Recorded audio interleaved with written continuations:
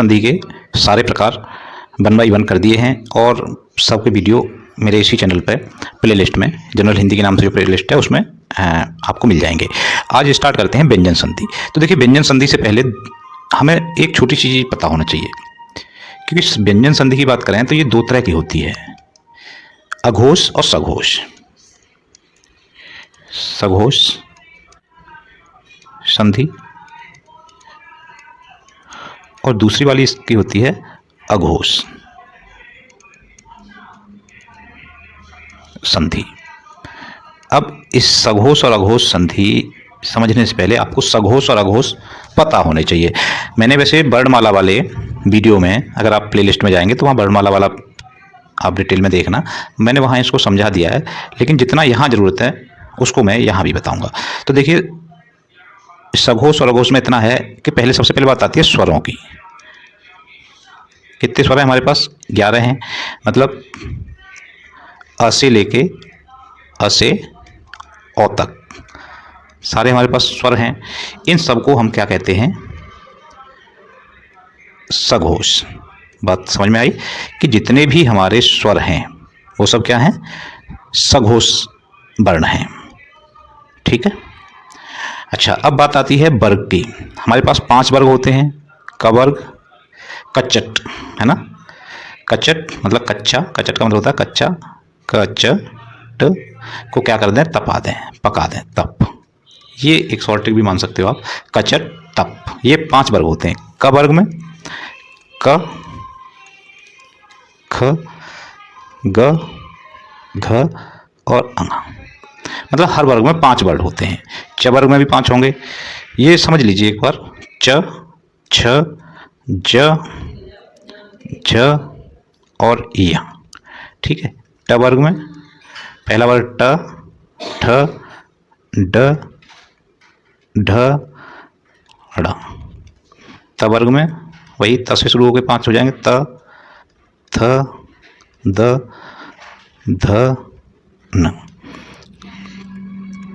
प वर्ग में पहला प, फिर फ, ब, भ और म।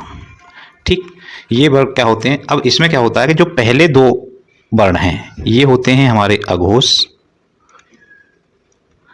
और ये जो बाद के 3 वर्ण हैं ये होते हैं हमारे सघोष।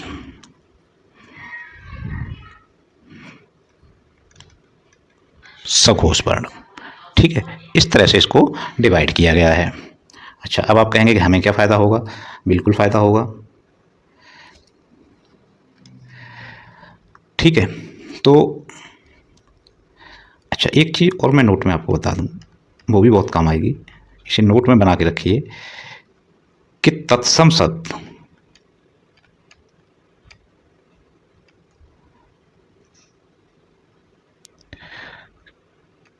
तत्सम शब्द लिख दूंगा ना, तत्सम शब्दों के अंत में यदि अघोष वर्ण है तो वह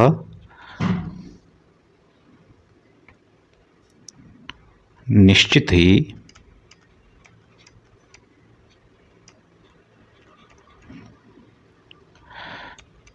वर्ग का, निश्चित ही किसी भी वर्ग का पहला वर्ण ही होगा। कहने का मतलब तत्सम में अगर कोई वर्ड अघोष से लास्ट हो रहा है तो उसमें यही वाले, पहले वाले केवल, अघोष से अंत हो रहा है, दूसरे वाले नहीं आएंगे। किससे अंत होंगे? क, च, ट, त, प, इन्हीं 5 शब्दों से अंत होता है उसका। ठीक है। अच्छा, अब हमारे व्यंजन संधि की बात आती है तो हमने नंबर 1 डाला व्यंजन संधि का। अघोष व्यंजन के पश्चात अघोष व्यंजन प्लस क्या हो? सघोष हो, प्लस सघोष व्यंजन हो। सघोष में व्यंजन की जगह मैं लिखूंगा वर्ण, क्योंकि सघोष में स्वर भी आ जाते हैं तो व्यंजन ही नहीं होंगे, वर्ण। वर्ण के मतलब या तो स्वर होगा या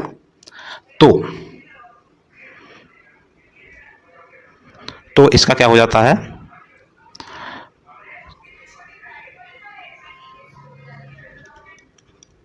तो सघोष का,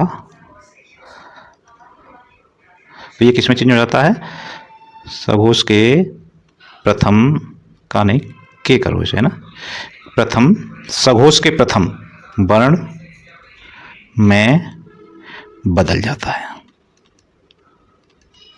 अब थोड़ा सा उदाहरण देख लीजिए, तब आपको थोड़ा समझ में आएगा। मैंने कहा कि कोई अघोष, जैसे एक जनरल सा एग्जाम्पल है वाक। अब ये व्यंजन कब होगा, जब इस पर हलंत लग जाएगा तब ये व्यंजन होगा। अगर मैंने इस पर हलंत नहीं लगाया है तो ये स्वर रहेगा, इसकी अंतिम मात्रा जो होगी वो अ हो जाएगी। ठीक है, तो यहाँ हलंत भी जरूरी है, बाक प्लस ईस। अब देखिए मेरा ये क है, क का मतलब क्या है, क वर्ग का पहला है, इसका मतलब अघोष है, और ये ई स्वर है, इसका मतलब सघोष है ना। तो एक अघोष का एक सघोष में, वो सघोष के साथ संधि हम कर रहे हैं। पहले समझ लीजिए ये क्या है, अघोष है। अघोष में किसी वर्ग का पहला अक्षर ही आना है तो ज़्यादा टेंशन लेनी नहीं है। अघोष है और ये क्या है, सघोष है। ठीक, तो ये जो अघोष है ये किस में बदल जाएगा, दिस इज चेंज इनटू सघोष। यही तो कह रहा है वो कि ये वाला अक्षर हमारा सघोष में बदल जाएगा। और कौन से सघोष में बदल जाएगा, प्रथम सघोष में। तो क के बाद प्रथम सघोष कौन सा आता है, उसी वर्ग का, ये बात बीच में लिख दो, उसी वर्ग के प्रथम में। तो उसी वर्ग का प्रथम क्या है, ग है, सघोष में के प्रथम वर्ण में, किसके, उसी वर्ग के, है ना, जिस वर्ग का ये है। ठीक है ना। तो अब ये किस में बदल जाएगा, बा का बदल जाएगा ग में, और फिर प्लस ये हो जाएगा ईस, और मतलब बा पे बड़ी की मात्रा लग जाएगी। बा मिला के लिखेंगे, मैंने थोड़ा तोड़ के लिख के दो स्टेप बना दिए। यहाँ से ये इसमें बदल गया और उसके बाद ये क्या हो गया, मात्रा लगी तो बागीस हो गया। बात समझ में आई। ऐसे ही अगर यहाँ तो मैंने स्वर ले लिया था, मैं कोई व्यंजन भी ले सकता हूँ, क्यों, ये आपके एग्जाम में तो कुछ भी आएगा भैया। थोड़ा सा ऐसे नीचे कर लें।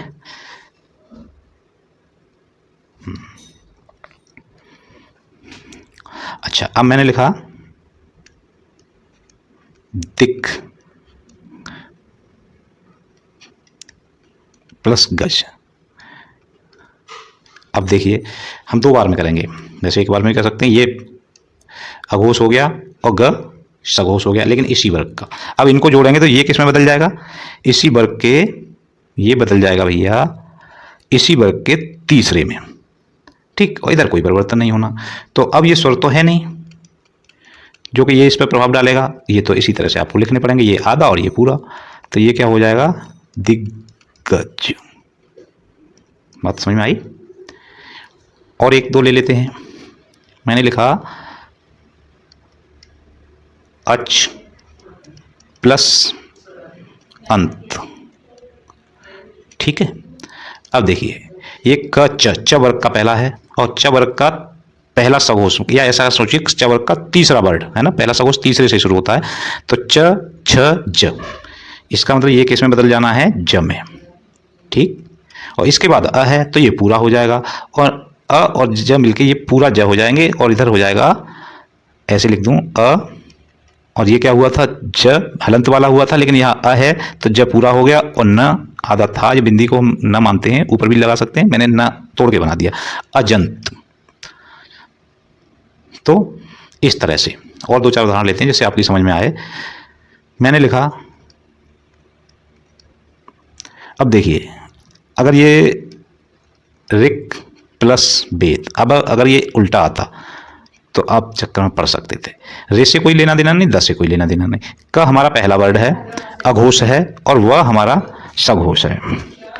अघोष और सघोष, अब इसका जब मेल हो रहा है तो वह तो पूरा वर्ण है ना, मात्रा बाद में गिनी जाती है। ठीक है ना, यहाँ लगती तो बाद में गिनी जाती, यहाँ लगती है तो इससे आगे मानी जाएगी। तो यहाँ क और प्लस व इस तरह से है, फिर इस पर एक ही मात्रा लग रही है।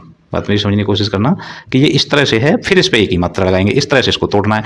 तो क का क्या हो जाएगा भैया, क वर्ग का तीसरा वर्ड या पहला सघोष मतलब ग हो जाएगा। तो ये हो गया जी हमारा ग। ठीक है, अभी भी लेकिन है आधा, और ये आधा ही रहेगा क्योंकि यहाँ पे वह है, स्वर नहीं है, एक व्यंजन है। तो ये हो जाएगा ये, और मात्रा इस पर लगी रहेगी।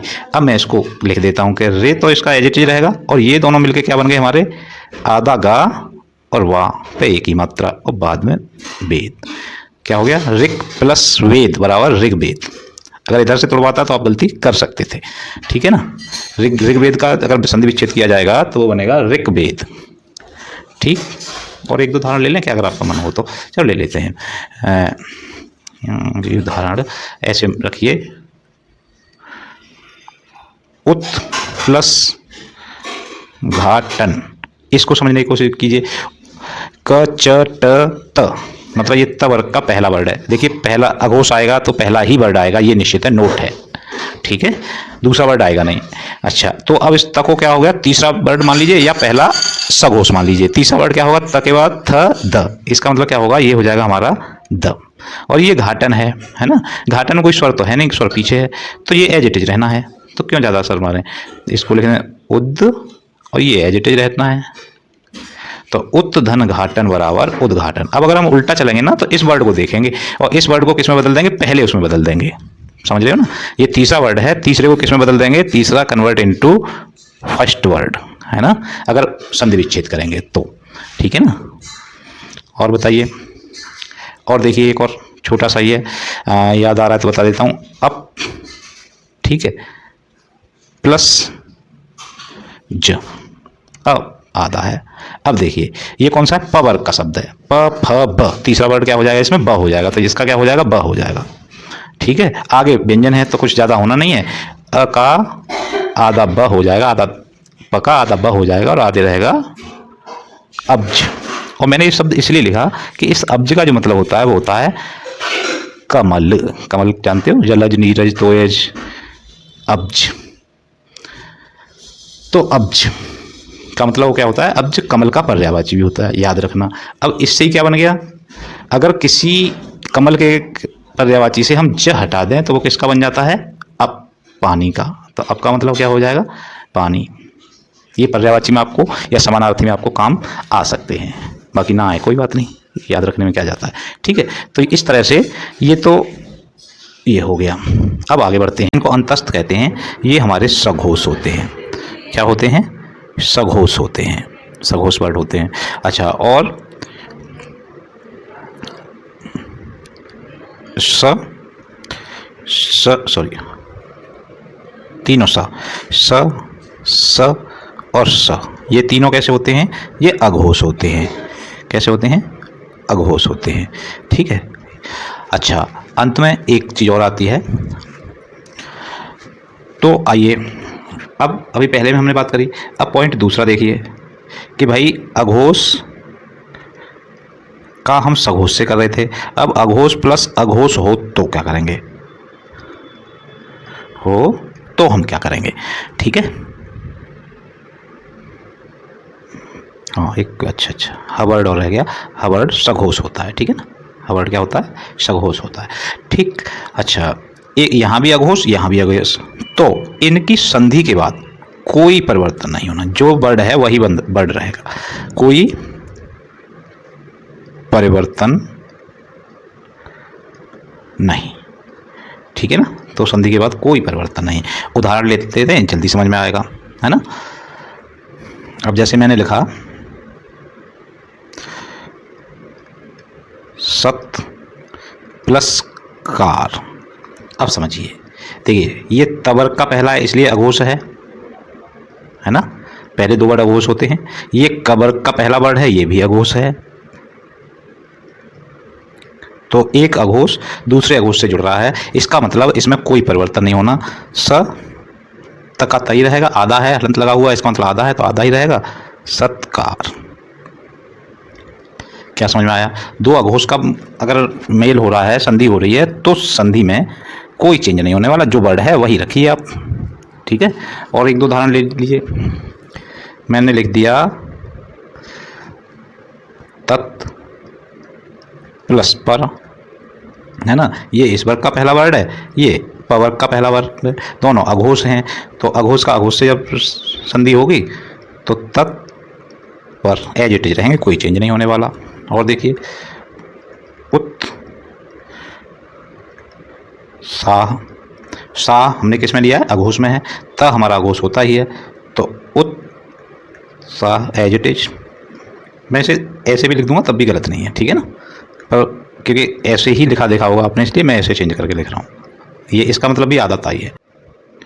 पॉइंट 3 लाइन कर देता हूँ। पॉइंट 3 में क्या है कि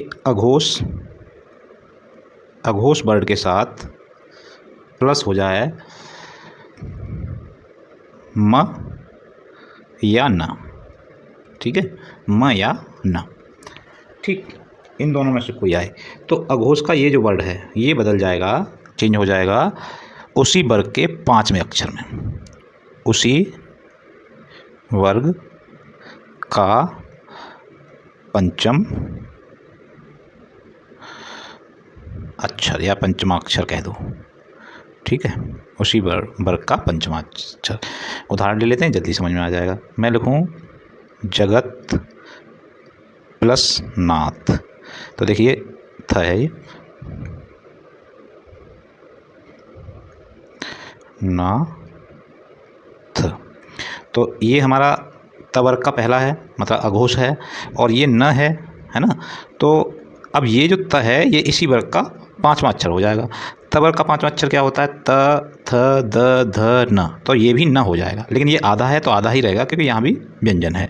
तो ज ग और ये आधा नाथ ता बदल गया, आधे नाम है, और ये नाथ एज इट इज रहेगा, इसमें कुछ नहीं होने वाला। तो जगत प्लस नाथ बराबर जगन्नाथ, ठीक है। ऐसे ही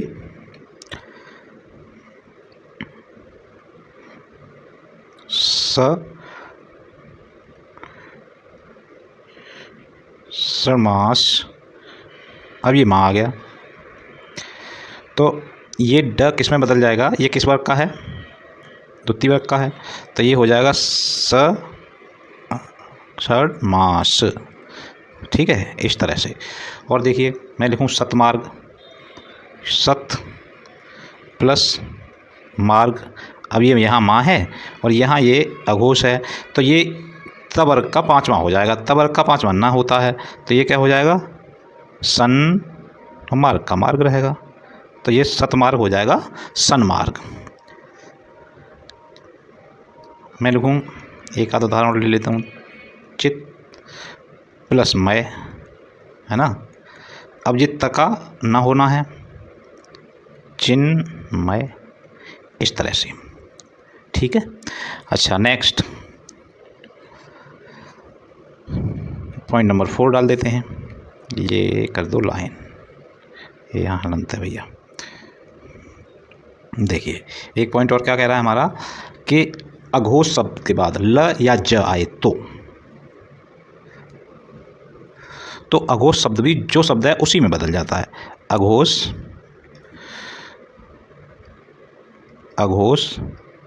प्लस 2 विशेष शब्द ये हैं ल या ज, तो ये अघोष वर्ड भी ल या ज में ही बदल जाएगा, बदल जाता है। अब देखिए कुछ इसके भी एग्जाम्पल ले लीजिए, जैसे मैंने लिखा विपत प्लस जाल। अब देखिए ये ता है, इससे कोई लेना नहीं, जब यहाँ जा आ गया तो इस ता को भी आप किस में बदल दोगे, जा में बदल दो, बस बात खत्म। विपत आधा जा होगा लेकिन जाल, विपत जाल। नेक्स्ट देख लीजिए, मैंने लिखा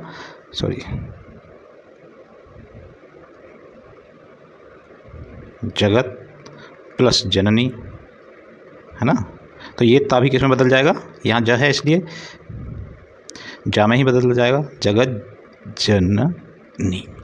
ये देखिए इस तरह से ये बदल जाता है। ला वाला ले लो, जैसे उत प्लस लास, अब उत का किस में हो जाएगा, ला हो जाएगा, उल्लास। ये ता था, किस में बदल गया था? ला में बदल गया था। ठीक है जी, इस तरह से ये सब चलते हैं। ठीक, अच्छा आगे चलते हैं।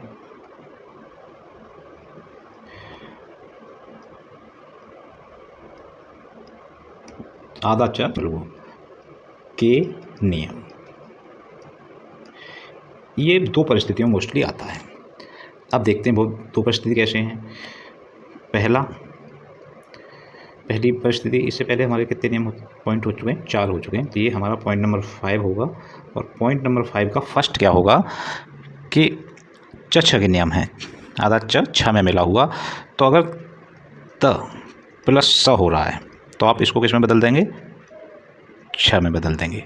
ठीक है, अब जैसे कोई एक उदाहरण ले लें, जैसे मैं लिख दूँ उत प्लस शिष्ट,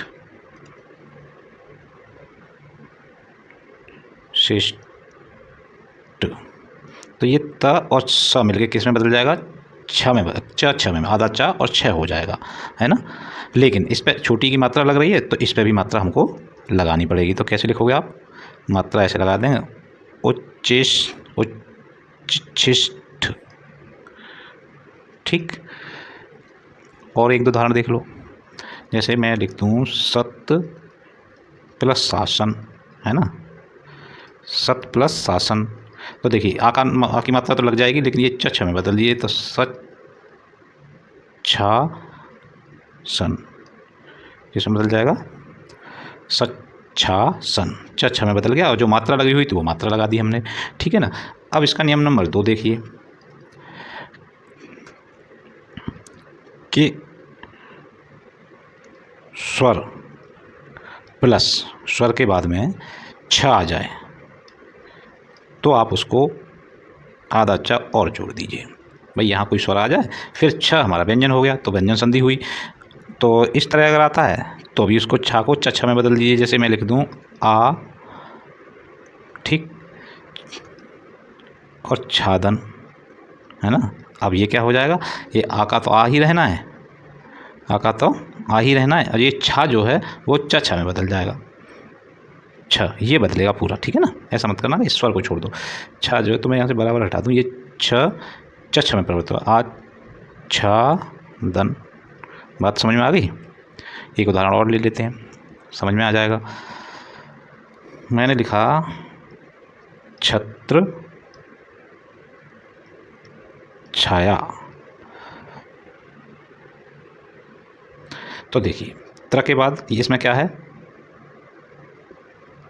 त्र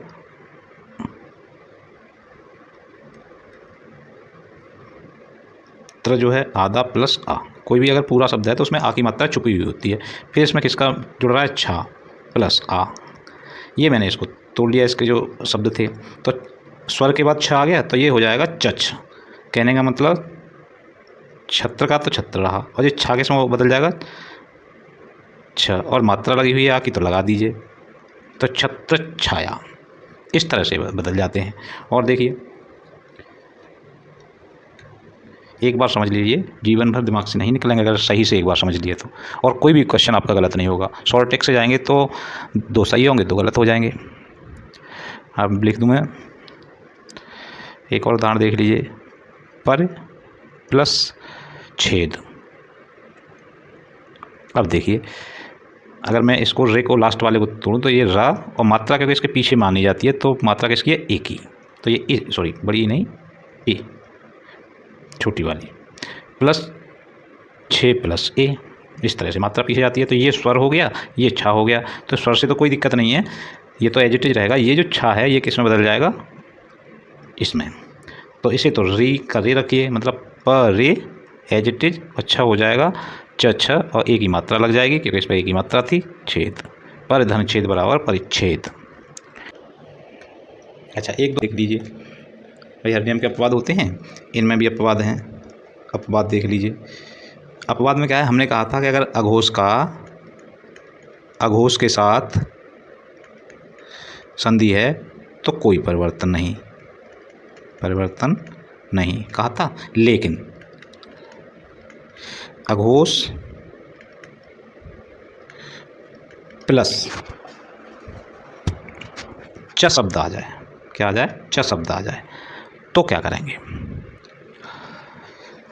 तो करेंगे भैया इस वाले अघोष को भी च में बदल देंगे, किसमें, च में बदल देंगे, जाता है। ये एक आध उदाहरण देख लीजिए इसका, ठीक है। जैसे उत प्लस चारण, ठीक, तो च वर्ग का ये पहला वर्ग है, ये भी अघोष हो गया, त वर्ग का पहला वर्ग है, ये भी अघोष हो गया। तो ये लेकिन च है इसलिए इसका उत की जगह क्या हो जाएगा, च हो जाएगा बस, उच्चारण, ठीक है। इस तरह से मैं लिख दूँ सत प्लस चरित्र, क्या हो जाएगा, सच्चरित्र, ठीक। ये इस नियम का वो है, अपवाद है। कुछ महत्वपूर्ण अपवाद, इन्हें याद कर लो भैया। कुछ वर्ड हैं, जैसे मैं पहला लिखूं मार प्लस अंड, ये कुछ नहीं है, मार तंड, ठीक है। तो देखिए यहाँ पे अ है और यहाँ पे भी अ है, तो इसका मतलब ये आ हो जाना चाहिए, लेकिन नहीं हो रहा है, क्या रहता है, एज इट इज रहता है, मारतन, आ ही रह गया, मारतंड, ठीक। ये आपको याद करने पड़ेंगे कुछ शब्द, अगर आ जाते हैं तो ऐसे के ऐसे लगा देना, पर प्लस अक्ष। अब देखिए यहाँ भी अ है और यहाँ भी अ है, तो ये हो जाना चाहिए आ दीर्घ संधि के हिसाब से, लेकिन होता क्या है, पर धन अक्ष बराबर परोक्ष, होता क्या है, ओ हो जाता है। ये स्व प्लस ईर, तो क्या अ और ई मिलके क्या हो जाना चाहिए, ए हो जाना चाहिए, है ना। अ और ई मिलके क्या होता है, अ प्लस ई मिलके क्या हो जाना चाहिए, ए हो जाना चाहिए। तो ये स्वेर होता, लेकिन ये है, होता क्या है, स्वर होता है, बस समझ रहे हैं। क्या होना चाहिए था, होना चाहिए था छोटी ए की मात्रा वाला स्वर, लेकिन होता क्या है, स्वर, ये होता है। ये भी आपको याद करना पड़ेगा। चौथा उत प्लस स्थान, ठीक है। अब इसका क्या हो जाता है, उत्थान, सा गायब ही हो जाता है इसमें से, ठीक। और इसके बाद सार प्लस अंग, सार प्लस अंग, अब बताइए क्या होना चाहिए, सारंग होना चाहिए, लेकिन होता क्या है, सारंग, रा होना चाहिए लेकिन रा हो जाता है, ठीक है। इस तरह से एक होता है प्र प्लस ऊड़, तो प्रौढ़ होना चाहिए, अ और ऊ क्या होता है, लेकिन होता क्या है, प्रौढ़ ना होकर प्रौढ़ होता है, मतलब छोटा ओ बनना चाहिए, लेकिन बनता क्या है, बड़ा ओ बनता है, ये है, ठीक।